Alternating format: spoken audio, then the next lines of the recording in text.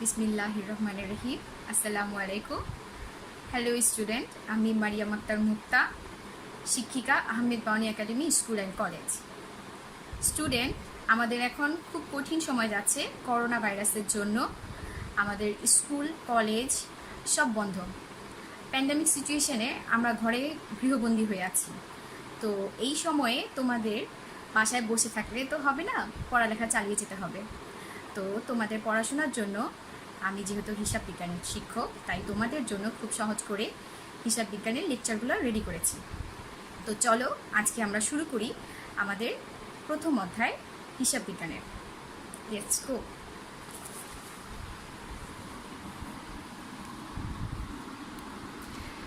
হিসাব বিজ্ঞান আমাদের নবম ও দশম শ্রেণীর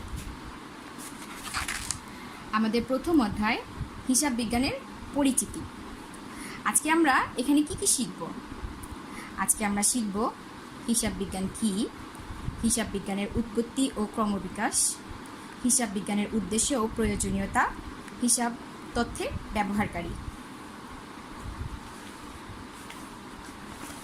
তো আমি প্রথমেই তোমাদেরকে হিসাব বিজ্ঞান কি তার সংজ্ঞাটা বলি। হিসাব বিজ্ঞান হলো ব্যবসায়িক, সামাজিক ও ব্যক্তি পর্যায়ে যে সকল আর্থিক লেনদেন সংঘটিত হয় ওই সকল লেনদেন বিজ্ঞানসম্মত পদ্ধতি অনুযায়ী হিসাবের খাতায় লিপিবদ্ধকরণ, শ্রেণীবদ্ধকরণ, উদ্ধৃত নির্ণয়করণ এবং আর্থিক ফলাফল নির্ণয় ও আর্থিক অবস্থা নির্ণয়ের জন্য প্রয়োজনীয় হিসাব বিবরণী ও প্রতিবেদন প্রস্তুতকরণকে বোঝায়। কি অনেক কঠিন হয়ে গেল, তাই না? আচ্ছা, ঠিক আছে, আমি তোমাদেরকে খুব সহজ করে একটু বোঝানো ট্রাই করি। আচ্ছা দেখো, হিসাব বিজ্ঞান কি আমরা নিজের মতো করে শিখি। হিসাব বিজ্ঞান হলো আর্থিক লেনদেন বা ঘটনাগুলোকে চিহ্নিতকরণ, লিপিবদ্ধকরণ, শ্রেণীবদ্ধকরণ ও ফলাফল নির্ণয় করার বিজ্ঞানসম্মত পদ্ধতি। আমি আবার বলছি, হিসাব বিজ্ঞান হলো আর্থিক লেনদেন বা ঘটনাগুলোকে চিহ্নিতকরণ, লিপিবদ্ধকরণ, শ্রেণীবদ্ধকরণ ও ফলাফল নির্ণয় করার বিজ্ঞানসম্মত পদ্ধতি। আমি একটু উদাহরণের মাধ্যমে বুঝিয়ে দিই, তাহলে অনেক ইজি হবে তোমাদের জন্য। ধরো আমি একটা কলম তৈরি করব, একটা না, মানে আমি একটা কলমের কারখানা কলমের ব্যবসা করব। সেক্ষেত্রে আমি ব্যবসাটা শুরু করলে আমার কিভাবে কি করতে হবে? ব্যবসা শুরু করলে আমার প্রথম কি উৎপাদনের জন্য আমার লাগছে? প্লাস্টিক লাগবে। প্লাস্টিক র মেটেরিয়ালটা উৎপাদনের জন্য প্লাস্টিক কিনলাম আমি 20,000 টাকার। আচ্ছা, কালি 3,000 টাকা বা রং যেটা আমাদের দিয়ে আমরা লিখি। কারখানা ভাড়া 5,000 টাকা। আমরা যেহেতু ব্যবসাটা করব সেটা আমাদের ভাড়া থাকতে পারে বা নিজস্ব থাকতে পারে, কিন্তু ধরলাম আমরা ভাড়া।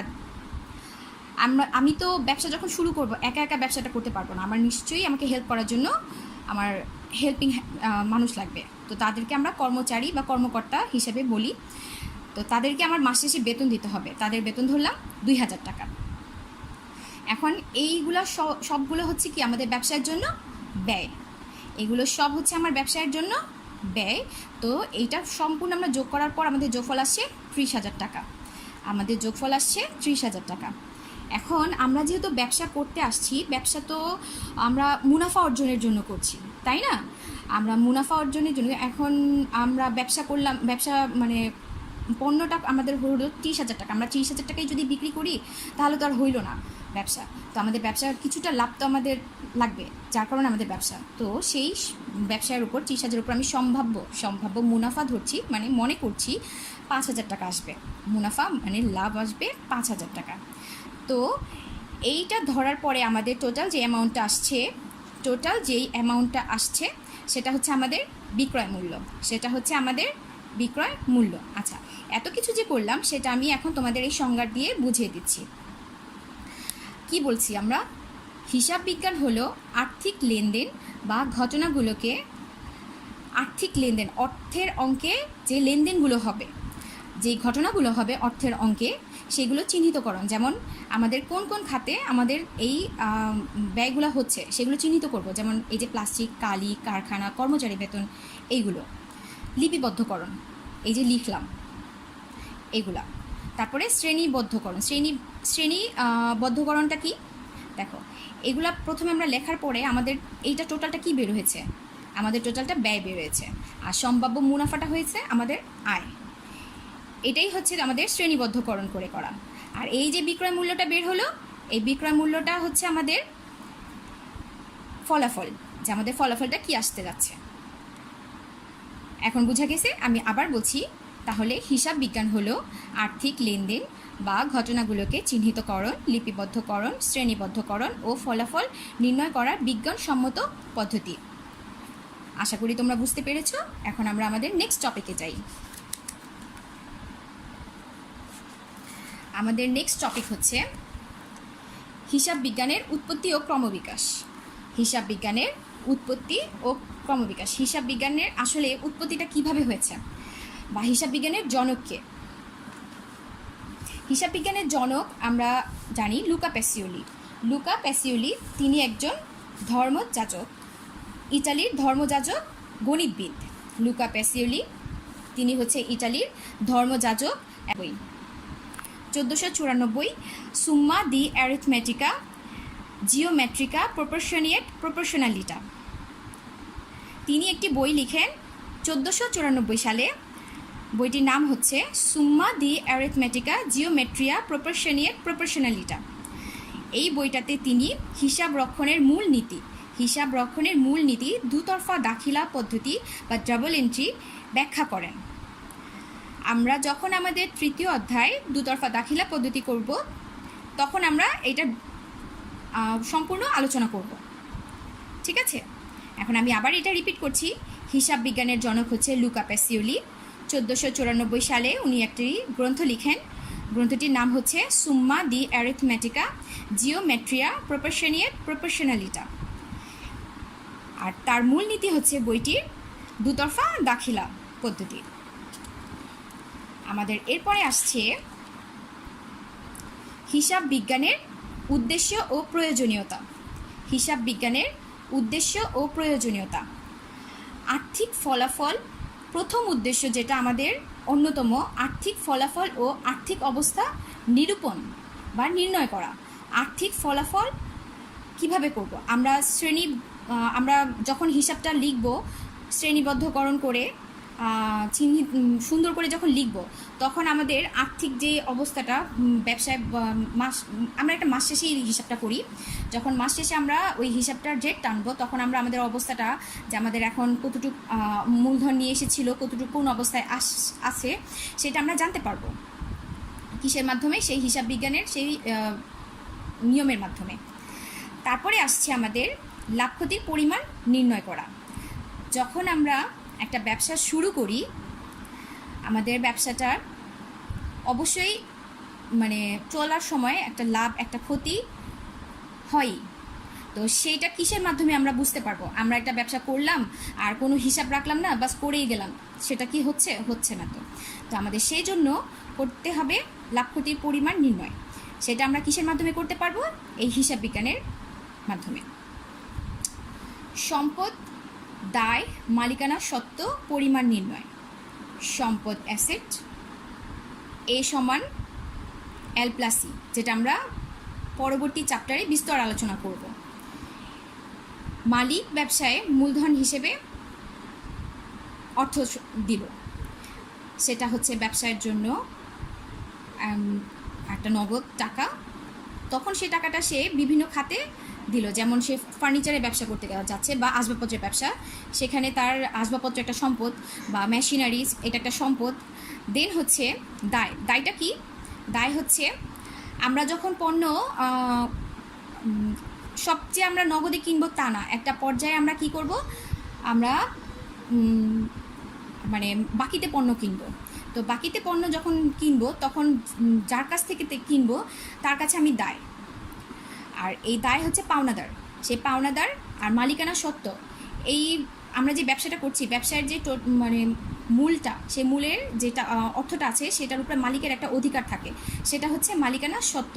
আর এইগুলো আমরা সব কিভাবে জানতে পারবো? সুনির্দিষ্টভাবে শ্রেণীবদ্ধকরণ, লিপিবদ্ধকরণ, এগুলো যদি আমরা ঠিকমতো করতে থাকি, তার মাধ্যমে আমরা ব্যবসার এই সম্পদ, দায় ও মালিকানা সত্ত্বর পরিমাণ জানতে পারবো।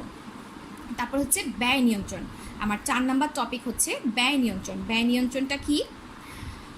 আচ্ছা, আমরা ব্যবসা করলাম, বিভিন্ন খাতে আমাদের অনেক খরচ হয়ে যাচ্ছে। এখন এই খরচটা আমাদের যদি আমরা ঠিকমতো না রাখতে পারি লিখে, তাহলে আমাদের খরচের পরিমাণটা আমরা জানতে পারবো না, এটা চলতে থাকবে। তো এই ব্যয়টা আমাদের নিয়ন্ত্রণ করার জন্য আমাদের এই হিসাব সংরক্ষণটা দরকার। তো এই দরকারের জন্য আমরা মনে করি যে হিসাব বিজ্ঞানের গুরুত্ব অনেক। এরপরে হচ্ছে প্রতারণা ও জালিয়াতি রোধ। ব্যবসায় যখন আমরা করতে যাব অনেক ধরনের প্রতারণা ও জালিয়াতি হয়, সেটা রোধ করার জন্যও আমাদের হিসাব রক্ষণের কোনো বিকল্প নেই। তারপরে হচ্ছে বিভিন্ন সিদ্ধান্ত গ্রহণ। ব্যবসা যখন আমরা করতে যাই আমাদের অনেক রকম সিদ্ধান্ত নিতে হয়। আমরা কখন কোন খাতে কত খরচ করব, কোথায় আমরা পণ্যটা বিক্রি করলে ভালো হবে, বা কোথায় আমাদের পণ্যটার জন্য অধিকতর বিনিয়োগ করলে ভালো হবে, সেই ধরনের সিদ্ধান্ত গ্রহণ আমরা কিভাবে করতে পারবো? এই সংরক্ষণের মাধ্যমে আমরা করতে পারবো। তারপরে ব্যবসায় উন্নতি ও অবনতি চিহ্নিতকরণ। ব্যবসায় আমাদের বিভিন্ন ধরনের উন্নতি করার জন্য আমাদের এই সংরক্ষণের অনেক ভূমিকা আছে, সেজন্য আমরা এই হিসাব সংরক্ষণ করে থাকি। তারপরেও কিছু আছে যেগুলা হচ্ছে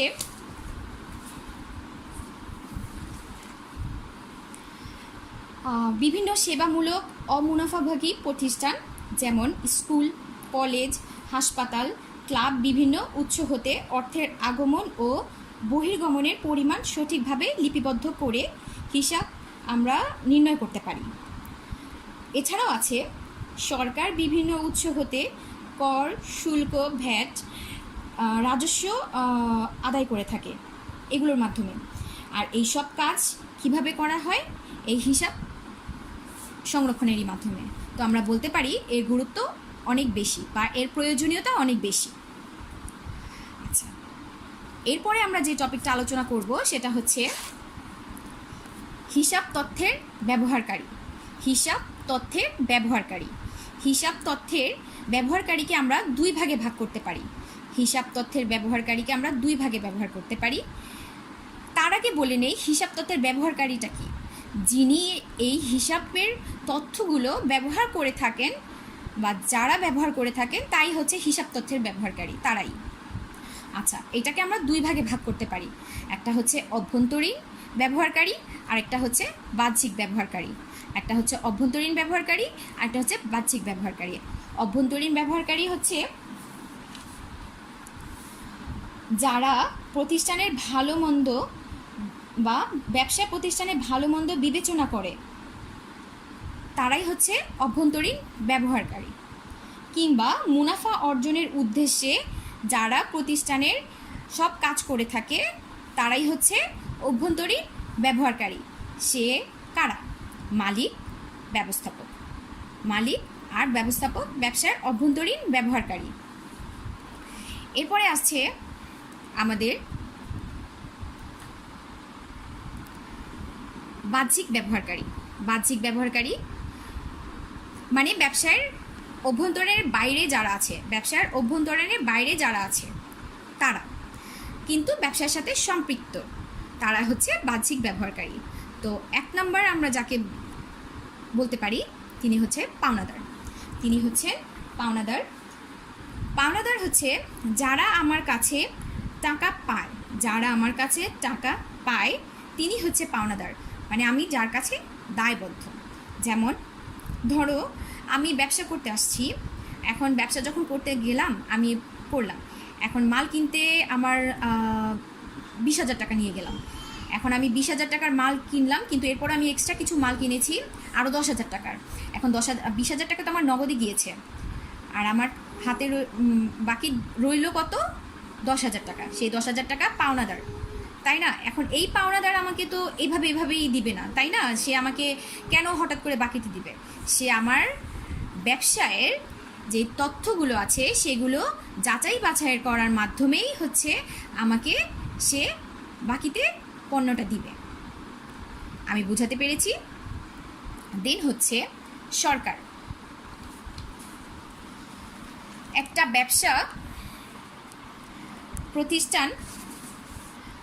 ব্যবসা প্রতিষ্ঠানে বছর শেষে একটা মুনাফা হয়। আমরা যখন একটা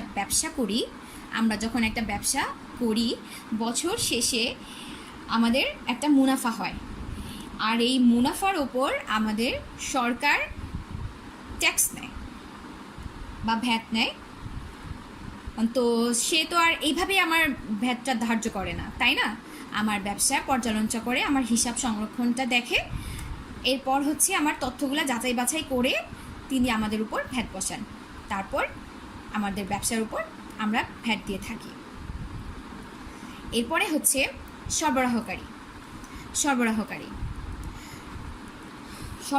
হচ্ছে যারা আমার কাছে মাল সরবরাহ করে, যাদের কাছ থেকে আমি পণ্য কিনব। কিন্তু তারা তো অবশ্যই আমাকে এভাবেই মাল দিবে না, তাই না? তারা আমার ব্যবসা সম্পর্কে জানতে চাইবে। তো তাদেরকে আমি কিভাবে জানাবো? আমার এই ব্যবসার বিভিন্ন তথ্যের মাধ্যমে আমি তাদেরকে ব্যবসা সম্পর্কে জানাবো। সেই হিসাবেও তারা আমার ব্যবসার তথ্যের ব্যবহারকারী। তারপরে হচ্ছে ঋণ প্রদানকারী। আমরা ব্যবসা করলাম, এখন সম্পূর্ণ ব্যবসা করার আমাদের নগদ টাকায় পসিবল হলো না। একটা পর্যায়ে আমরা ব্যাংক কিংবা হচ্ছে আমাদের বন্ধু ওদের থেকে আমরা বা ব্যক্তিগত মানুষ থেকে আমরা ঋণ নিয়ে থাকি। তো আমরা তাদের কাছ থেকে কিভাবে ঋণ নেব, বা ব্যাংক আমাদেরকে কিভাবে ঋণ দেবে? হুট করে তো ব্যাংক আমাদেরকে ঋণ দেবে না। তারা আমাদের ব্যবসার বিভিন্ন তথ্য যাচাই বাছাই করেই আমাদের ঋণটা দিবে, তাই না? তো হিসাব যে তথ্যগুলো আছে সেই তথ্যগুলো আমরা ঋণ প্রদানকারীকে দিব, আর সেই ঋণ প্রদানকারী হচ্ছে তার যাচাই বাছাইয়ের মাধ্যমে আমাদেরকে ঋণ দিয়ে থাকবে। তো আমি আবার বলছি, আজকের এই টপিকটা হিসাব বিজ্ঞান তথ্যের ব্যবহারকারী। একটা হচ্ছে অভ্যন্তরীণ ব্যবহারকারী, মালিক, ব্যবস্থাপক, আর একটা হচ্ছে বাহ্যিক ব্যবহারকারী। সেখানে আসছে পাওনাদার, সরকার, সরবরাহকারী, ঋণ প্রদানকারী। আমার প্রথম অধ্যায়টা আমি এখানেই পড়ালাম, কিন্তু আমরা মনে করি যে আমাদের প্রথম অধ্যায়টা আসলেই পড়ার দরকার নাই, এখান থেকে আমাদের পরীক্ষায় তেমন কোনো প্রশ্ন আসে না।